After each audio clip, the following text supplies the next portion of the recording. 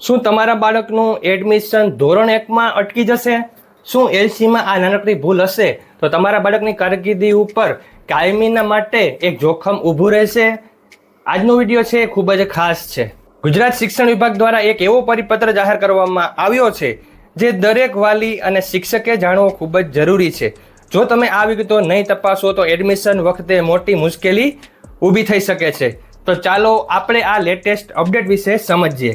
ઘણીવાર એવું બને છે કે ખાનગી કે નાની પ્રી પ્રાઇમરી શાળાઓમાંથી જ્યારે બાળક ધોરણ 1માં આવે છે ત્યારે તેમના લિવિંગ સર્ટિફિકેટ એટલે કે એલસીમાં કેટલીક વિગતો અધૂરી હોય છે, જેમ કે ડાયસ કોડ અથવા યુનિક ચાઇલ્ડ આઈડી. અત્યાર સુધી આના કારણે ઘણા એડમિશનમાં ગૂંચવણો થતી હતી, પણ હવે પ્રાથમિક શિક્ષણ નિયામકની કચેરીએ એક મોટો નિર્ણય લીધો છે.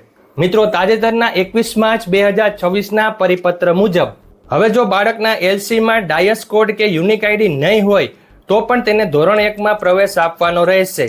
જી હા, આ સૌથી મોટી રાહત છે, પણ અહીં એક શરત છે. શાળાએ આવા બાળકોની ડાયસ ડેટામાં નવેસરથી એન્ટ્રી એટલે કે ફ્રેશ એન્ટ્રી કરવાની રહેશે. એટલે કે ડેટા નથી એટલે ગભરાવાની જરૂર નથી, પરંતુ નવી એન્ટ્રી કરીને નવા પ્રવેશની પ્રક્રિયા કરવાની છે, એટલે કે પ્રવેશ કન્ફર્મ કરવાનો છે.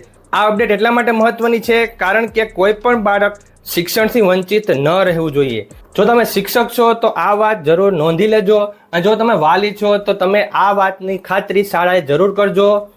આજનો વિડીયો આ અપડેટને લઈને હતો. Thank you very much. જય શ્રી કૃષ્ણ.